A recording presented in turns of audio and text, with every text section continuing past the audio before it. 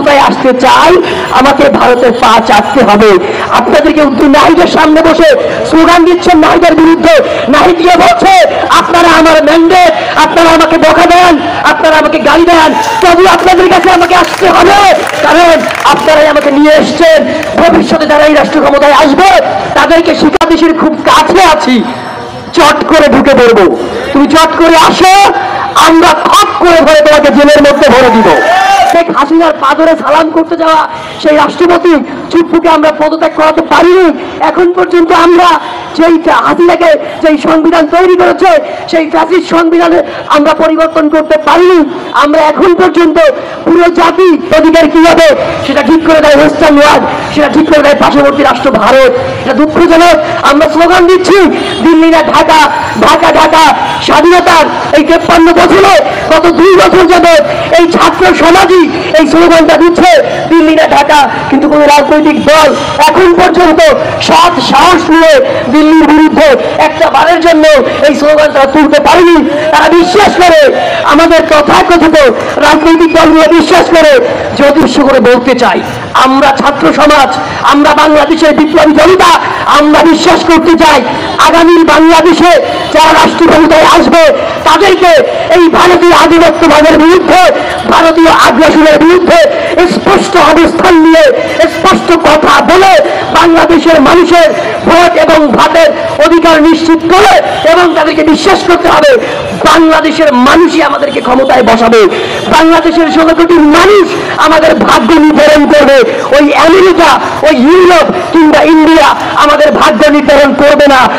আমরা মুক্তিযুদ্ধ করেছি 3টা মূলনীতির ভিত্তিতে: সাম্য, সামাজিক সুরক্ষার, মানবিক মর্যাদা। কিন্তু স্বাধীনতার পরে আপনারা দেখবেন সেই সাম্য, সামাজিক সুরক্ষার, মানবিক মর্যাদা সংবিধানের কোথাও নাই। সেখানে হঠাৎ করে ঢুকে আসলো মুজিববাদী চেতনা, সমাজতন্ত্র, ধনতন্ত্র, গণতন্ত্র, ধর্মনিরপেক্ষতা। অথচ আমাদের মুক্তিযুদ্ধের সাথে এই সমাজতন্ত্র, ধনতন্ত্র, ধর্মনিরপেক্ষতা, গণতন্ত্রের এই লড়াই সংগ্রামের কোনো সম্পর্ক নাই বন্ধুগণ।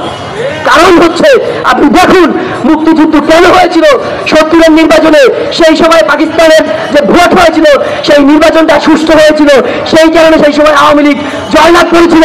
আমাদের অবস্থান ছিল পূর্ব পাকিস্তানের টাকা, পূর্ব পাকিস্তানের অর্থনৈতিক ব্যবস্থা এগুলো নিয়ন্ত্রিত হতো পশ্চিম পাকিস্তান থেকে, লাহোর থেকে।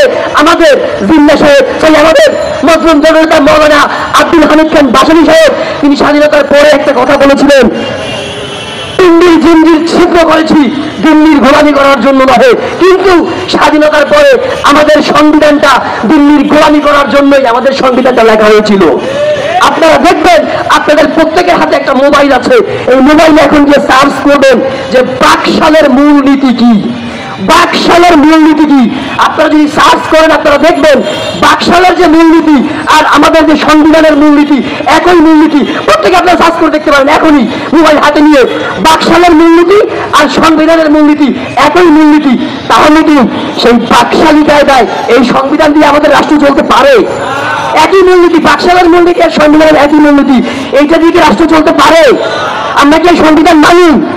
আমরা বলছি ছাত্র সমাজ বলছে নতুন সংবিধান লাগবে, ছাত্র সমাজ বলছে এই রাষ্ট্রপতিকে আমরা মানি না, তখন রাজনৈতিক দলগুলো বলছে না এই রাষ্ট্রপতি থাকুক, এই রাষ্ট্রপতি দুর্বল, এই রাষ্ট্রপতিকে চাপ দিয়ে যে কোনো কাজ করানো যাবে।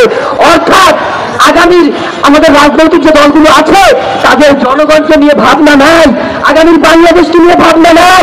তাদের একটাই চিন্তা, কেমন করে আগামী নির্বাচনে ক্ষমতায় যাওয়া যাবে, কেমন করে লুটপাট করা যাবে, কেমন করে বাংলাদেশের মানুষকে শোষণ করা যাবে।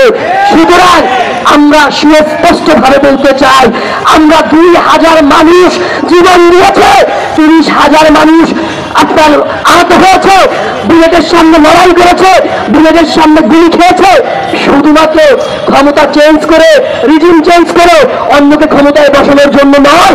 আমরা স্পষ্ট করে বলতে চাই, আমরা এমন একটা বাংলাদেশ বিনির্মাণ করতে চাই যেই বাংলাদেশে, আগামীর বাংলাদেশে সত্যিকারের জনগণের সরকার প্রতিষ্ঠিত হবে, জবাবদিহিতাপূর্ণ সরকার থাকবে। আজকে দেখুন